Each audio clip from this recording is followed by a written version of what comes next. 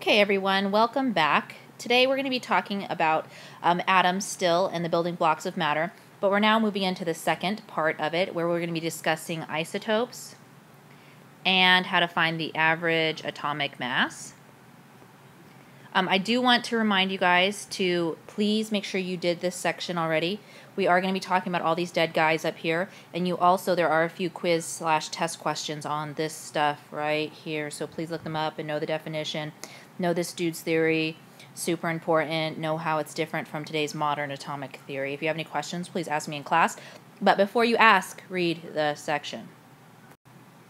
Okay, so on this next slide, we're going to give a definition of an isotope. So atoms of the same element with a different mass number. I also like to say they have a different number of neutrons. So remember, the thing that makes them the same element is that they have the same number of protons. So the only way to get the mass number different is to have a different number of neutrons. So we have a nuclear symbol, and so mass number, atomic number, or carbon-12. So the example here we're going to use is carbon, so the symbol is C. And then the mass number for carbon-12, the atomic mass, is 12. And the atomic number, remember the number of protons, is going to be 6.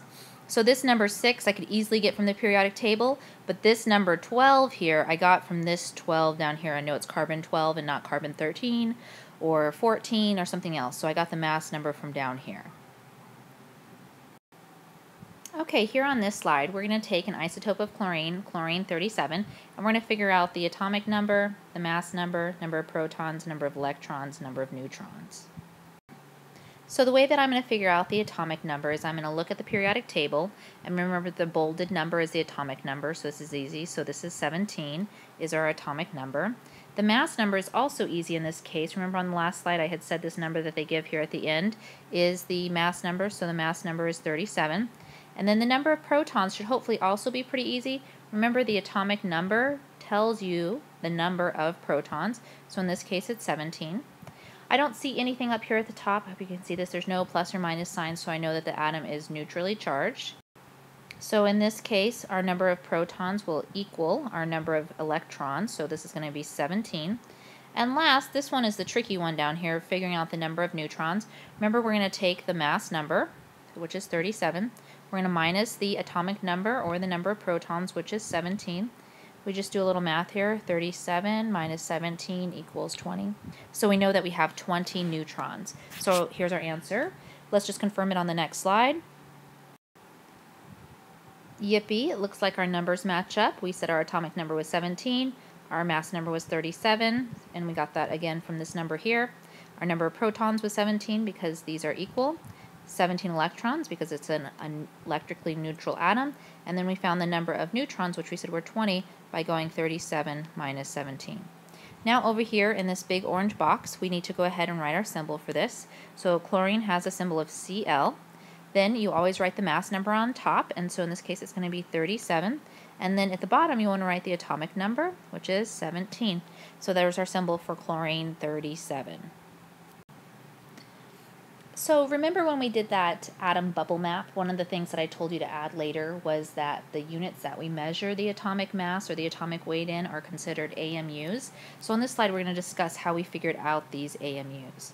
So the thing that we did, not us, but other scientists that are probably dead now, is that they took a carbon-12 atom, they took the mass of it, which was 1.992 times 10 to the negative 23rd grams. So that's pretty small because that's like 23 zeros plopped in the front over here.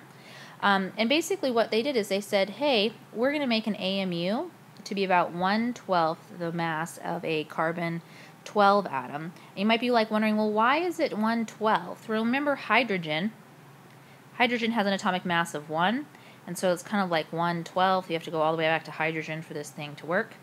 So this is kind of how we came up with this idea of an AMU. So when we look on the periodic table, the mass here is 1.007 AMUs. And that makes sense because it only has one proton. Now that gets me to the next point here, is if we look at the masses down here, this is pretty exciting for me, that we can actually say the mass of each of our subatomic particles. So a proton has a mass of 1.007276 AMUs. Oh look, it's fabulously close to this up here. So I hope you guys kind of are seeing like where the masses are coming into play. Neutrons, on the other hand, They actually weigh remarkably close. Look, it's like in the thousands place here. It's only off by like 1 digit. So I like to say that protons and neutrons weigh the same. And I know you're like, they don't weigh the same, Miss Semino, but it's pretty darn close. On the other hand, I really want you to pay special attention to our electron here. Look at the mass for the electron. It's like way small. You know, so over here, these guys were over in the thousands place. You have to get to the 10,000s place before you even get a digit. And there's not even a 1 out here. So these electrons are like way, way, way smaller than our protons and our neutrons are. And that's why we really don't include them when we're talking about our atomic mass or atomic weight, because they're kind of insignificant. So let me just be clear here. They're insignificant to the mass of the atom, but they're super, super, super important when it talks to chemical reactions, which we're going to talk about in the next few chapters. On this slide, we're going to discuss how to calculate the average atomic mass of an element. And we need to have an average atomic mass because there's often many isotopes of a single element. So remember, if it's the same element, it has the same number of protons, but it may have a different number of neutrons or number of electrons. It's still the same element, though, if it has this. But on the last slide, remember I said that electrons, like the mass of them is really small. They're kind of insignificant. So we don't really even bother looking at the number of electrons when looking for the atomic mass. But we do care about these number of neutrons because remember they weigh about the same as our number of protons. So the way that we do this is we make a weighted average of all isotopes. So when we talk about this word weighted, so something that's probably familiar to you is in our class we have 80% tests and then 20% everything else.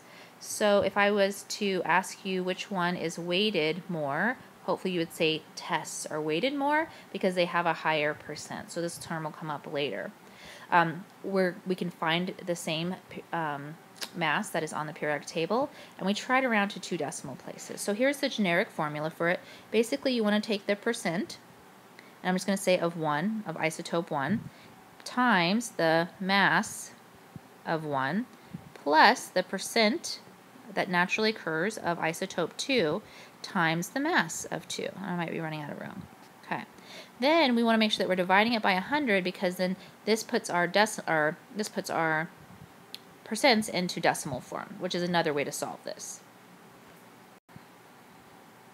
Now on this next slide here, we're going to go ahead and do a sample problem. So it states calculate the average atomic mass of oxygen if its abundance in nature, and this just means how often it naturally occurs, in nature is 99.76, and this is telling us that it's oxygen 16. And then we've got 0.04 oxygen 17, and then we have 0.2 oxygen 18. So let's go ahead and solve this. So I am going to go 99.76, hopefully I can write small enough, and I'm going to multiply it by 16. And the reason I'm doing 16 is this is the mass of oxygen 16, plus 0.04 times 17, plus 0.20 times 18, kind of running out of room there, and then divided by 100.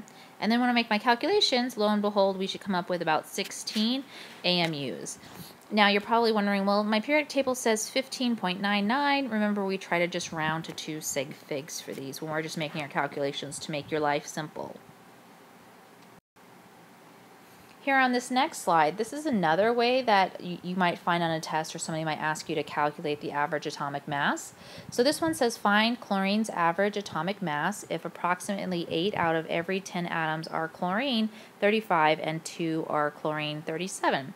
So the way that we would figure this out is what we would do is we would put our total number of atoms at the bottom here. So we are going to have 10 because there's 8, 2, it tells us that there's 10 atoms. And so basically all I'm going to do is I'm going to go 8 times 35 plus 2 times 37, and then we're going to come up with 35.40 AMUs when we do all this math here. So remember, this is kind of like taking a percentage. This is saying 80% are these 35 chlorines, and then 20% when we do this math here are the 37 chlorines. So that's how we did the math for this one. Some other topics that you might read about that we're going to be discussing later is this idea of a mole. And so a mole is how we calculate the number of particles. Okay. and it is equal, big equal sign, to Avogadro's number. And surprisingly, you've actually seen Avogadro's number several times by now when we did those sig fig things. I think we try to subliminally get it into your brain. It's 6.02 times 10 to the 23rd, and this might be molecules, okay? Molecules, I'm running out of room. It might be atoms, it might be particles in general. We can find the molar mass of it by taking the atomic mass and putting a gram at it. So we just talked about oxygen a second ago was 15.99 AMUs. Well, when we say we have a mole, or 6.02 times 10 to the 23rd atoms of oxygen, we would go 15.99 grams. So I would say that 1 mole of oxygen weighs 15.99 grams. That's how we find the molar mass. Then we can do these cool things called gram-mole conversions, but really, I'm not going to torture you with these until we get to stoichiometry, and I must give you my evil laugh at this point. For stoichiometry. But I don't think I'm going to ask you any of these things on the test. It's just a good idea to know for future chapters.